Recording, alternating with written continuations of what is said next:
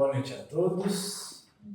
Boa noite a toda a espiritualidade amiga. Agradecemos então, primeiramente a Deus pela nossa vida, por mais um dia, pela oportunidade de estarmos aqui reunidos no amor do nosso Mestre Jesus. Que Jesus, nossa Mãe Maria Santíssima, possam direcionar o seu amor, a sua luz para essa casa, para esses trabalhos, bem como também agradecemos e cumprimentamos a irmã Anastácia e toda a sua equipe, que nos recebem com tanto amor, que prepararam o ambiente, que estão aqui nos envolvendo junto com as equipes veterinárias para que esse trabalho dos nossos irmãos menores corra com muito amor, que eles possam, cada um, receber tudo aquilo que necessitam, em especial o auxílio físico, porém o mais importante, o auxílio espiritual que tanto necessitamos. Então nós não devemos também nos esquecer dos irmãos que não tiveram a oportunidade de estar aqui, daqueles que estão recebendo os cuidados à distância, pelas nossas transmissões, no nosso canal do YouTube, né? Temos os nossos irmãozinhos que também acompanham as lives, então que possam cada um deles receber tudo aquilo que necessitam. E como sempre damos início às nossas atividades, com a oração de São Francisco, então, possamos todos cantar aí.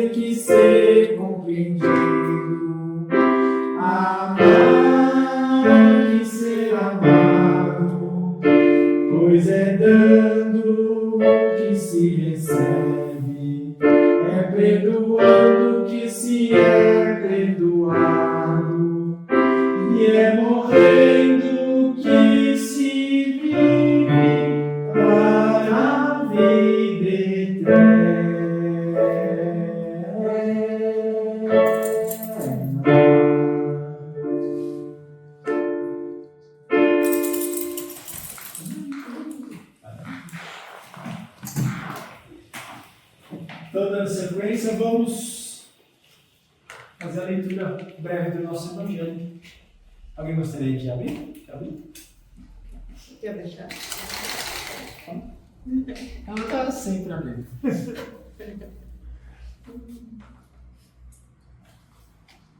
Qual delas? Este. Então foi aberto para nós hoje, no capítulo 16, Não se pode servir a Deus e a Mamon, e abrimos na parábola dos talentos. Então só para a gente se situar, né?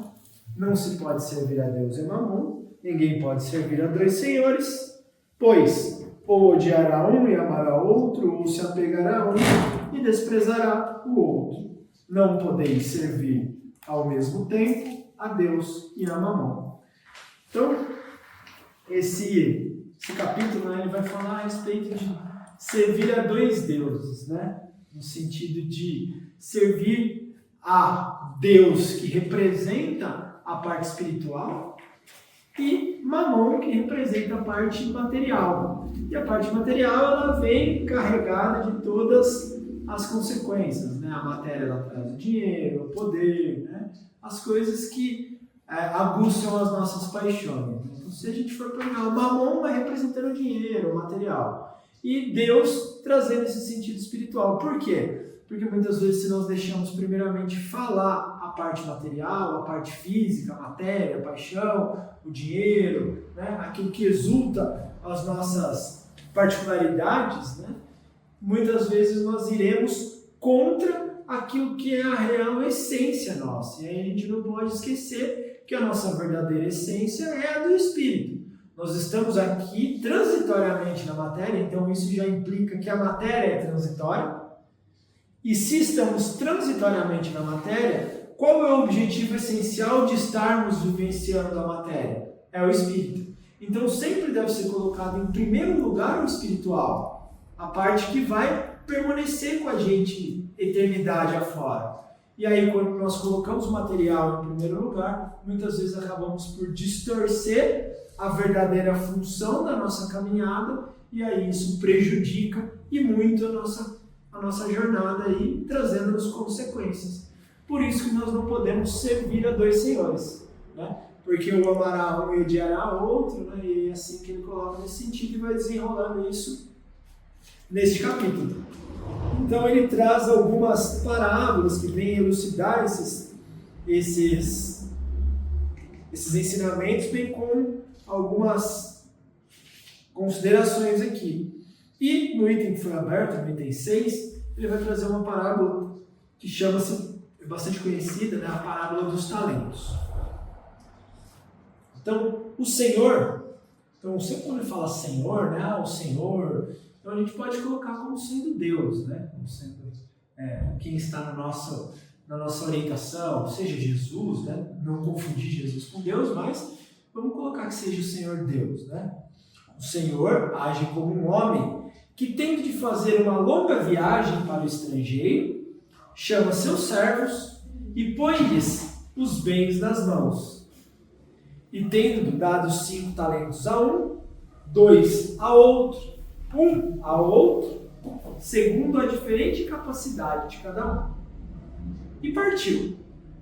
Imediatamente, o que recebera 5 talentos foi negociar com eles, e ganhou 5 outros. O que tinha recebido 2, ganhou também outros 2. Mas o que só tinha recebido 1, foi cavar a terra e nela escondeu o dinheiro de seu senhor. Muito tempo depois, o senhor desses servos voltou e foi ajustar suas contas. E aquele que tinha recebido 5 talentos apresentou-lhes outros 5, dizendo-lhe: Senhor, puseste 5 talentos em minhas mãos. Eis aqui, além daqueles outros 5 que eu ganhei. Seu senhor lhe respondeu: ó servo bom e fiel, como fostes fiel nas coisas pequenas, eu te estabelecerei sobre muitas outras. Vem alegrar-te com teu senhor. Aquele que tinha recebido 2 talentos, logo veio apresentar-se a ele e lhe disse: Senhor, puseste os 2 talentos em minhas mãos, eis aqui, além destes, outros 2 que eu ganhei. Seu senhor respondeu-lhe: ó servo bom e fiel, como foste fiel nas coisas pequenas, eu te restabelecerei sobre muitas outras. Vem alegrar-te com teu senhor. Veio por fim aquele que só tinha recebido 1 talento, e lhe disse: Senhor, sei que és um homem severo, que colhes mesmo onde não semeaste, e que ajunta onde não espalhaste.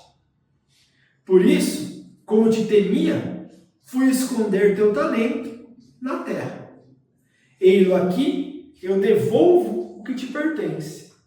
Mas seu senhor lhe respondeu: servo mau e preguiçoso, sabes que colho onde não semeei e que ajunto onde não espalhei. Devias, pois, pôr meu dinheiro nas mãos de banqueiros, para que em minha volta eu retirasse com juros o que me pertence. Que se lhe tire, pois, o talento que tem, e que seja dado àquele que tem 10 talentos. Pois dar-se-á àquele que já tem e ficará em abundância. Mas àquele que nada tem, tirar-se-lhe-á mesmo o que parece ter. E que se atire esse servo inútil às trevas exteriores. Lá haverá choro e ranger de dentes. Então essa passagem está no Evangelho de Mateus, capítulo 25, de 14 a 30. É uma parábola bem forte, né? Se a gente parar para analisar superficialmente, vai falar, nossa, mas que senhor mau, né? Ele deu alguma coisa, aquele indivíduo ele guardou aquela coisa e devolveu ao Senhor. Mas, como tudo que Jesus trazia, ela tem um fundo, né? Tem um sentido, tem uma mensagem, um ensinamento.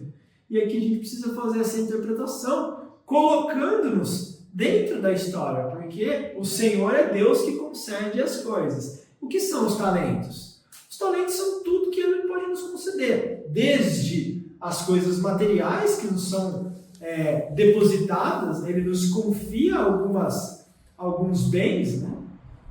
Bem como Ele nos dá realmente algumas aptidões, alguns talentos. E se a gente parar para pensar como nós vamos fazer durante esse tempo em que somos depositários daquilo que Deus, ou o Senhor, nos confiou, nós retornaremos, né, novamente ao plano espiritual, prestando contas ao Senhor de tudo aquilo que tivemos em nossas mãos, seja o físico, nosso corpo físico, a situação social em que estivemos inseridos, o dinheiro que tivemos, a profissão que exercemos, né? A posição da nossa influência, o que nós fizemos com os nossos dons, com os talentos que nos foram concedidos, né? Então, tudo isso será prestado contas. E aí ele fala, olha, conforme a capacidade de cada indivíduo, porque cada um de nós temos diferentes capacidades em determinadas áreas. Eu posso ter a facilidade para falar, mas às vezes o Gonçalo ele tem uma capacidade muito maior em realizar trabalhos manuais, a Alice ela tem o dom da música, a Natália tem o dom da cozinha, cada um tem a sua parte que tem um talento maior, e naquele setor ele pode ter mais. Se você passar uma receita para uma cozinheira, ela vai destrinchar aquilo ali facilmente. Se jogar na mão de uma pessoa leiga, ela não vai conseguir fazer um bolo ou uma comida tão boa, né? Ou rápida, ou agilizada, né? Então, cada um recebe segundo tem capacidade. Então, Deus não vai dar um fardo que você não consegue carregar. Portanto, aquele que tem maior capacidade, ele recebe mais. Por quê? Porque ele tem capacidade de digerir tudo aquilo lá de maneira mais adequada. Então, às vezes uma pessoa que tem uma moral elevada, ele vai ser colocado no meio de algumas pessoas onde ele vai poder ajudá-las. Mas ele vai ser também responsabilizado, né? Se ele bem executar aquela tarefa, ele também vai receber bastante. Foi o que ele falou, olha, você recebeu 5 talentos, fez virar 10, e agora você pode desfrutar de tudo isso quando regressou até o Senhor. Só que aqueles que ainda não estão prontos ou não querem realizar as coisas de maneira correta, né, ou ainda se encontram apegados a certos costumes, que nem aquele indivíduo lá. Ele tinha um talento, ele recebeu uma riqueza, uma moeda, um tesouro. O que ele fez com aquele tesouro? Ele não quis usar em proveito de multiplicar isso, de fazer isso gerar frutos, disso ser espalhado, né? Ele pegou e enterrou aquilo, deixou guardado e falou, meu Deus, estou devolvendo o que você me deu, sem ter gerado nada a mais com aquilo. Então ele desperdiçou a oportunidade. Então quando a gente desperdiça uma oportunidade, nós vamos responder ao Senhor por conta de não termos feito aquilo que deveríamos, porque tudo aquilo que nos é dado, Deus espera só uma coisa de nós. Ele fala que vocês ajudem aqueles que menos têm do que vocês. É a única... Jesus ele fala, né? Olha, tudo aquilo que foi concedido, né? Deus só pede algo em troca, que é você ajudar os pequeninos, ajudar os deserdados, né? E isso serve também com qualquer possibilidade que a gente tenha, né? Se você tem um dom que seja manual, você pode, parte disso, usar para construir algo em prol de alguém, né? Além de usar isso para o seu sustento, você pode fazer isso para o bem de alguma coisa. Se você sabe tocar, né, você pode ser uma música um dia, mas um dia também você pode alegrar o coração das pessoas que estão ouvindo com uma boa música. Se você tem o dom da palavra, você pode usar a sua palavra para reerguer, para levar consolo, para levar conforto, para fazer um trabalho útil com alguém, né? Então cada um pode fazer um pouco do uso daquilo que Deus concedeu para isso. E o dinheiro é a mesma coisa, né? Você tem um monte de dinheiro, você pode ter uma casa boa, você pode ter uma situação confortável que é do merecimento daquele que trabalha justamente. Porém, uma parte disso pode ser revertida para ajudar alguém que precisa, para uma instituição de caridade, para uma pessoa que está necessitada. Então, é essa a proposta que é trazida, né? Se a gente só servir ao material, nós vamos gastar todo o nosso recurso somente, muitas vezes, enterrando isso, deixando isso no campo apenas do nosso uso pessoal. Agora, quando nós usamos a obedecer ou a servir a Deus ao invés de servir a Mamon, né? Nós vamos utilizar os recursos que nos foram concedidos, né? Pegando os talentos que nos foram dados e multiplicando eles, porque a gente vai estar colocando esses talentos em uso de muitos, né? E aí o uso, sempre quando for com amor e com caridade, ele obedece aos desígnios do Senhor, aos desígnios de Deus, à parte espiritual que nos cabe. Então, é justamente nesse sentido que todas essas parábolas elas vão. Se a gente pegar a parábola do talentos, né, e for analisar ela mais aprofundado, elas trazem muitos mais ensinamentos, que ele fala, olha, você que é um Senhor severo, né? Uma visão que não é a real de Deus, né? Deus, ele nos dá as condições, porém, ele nos responsabiliza por tudo isso. E não é que ele é severo, mas as leis de Deus são justas, né?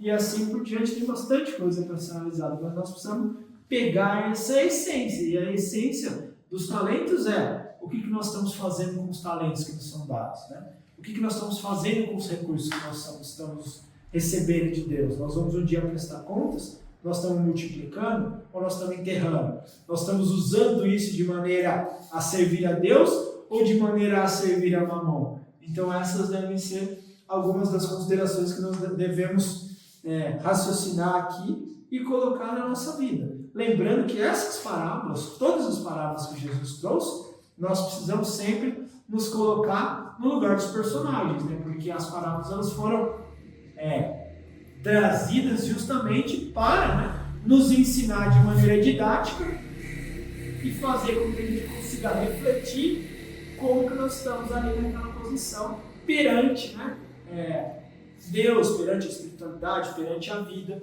que nós estamos levando.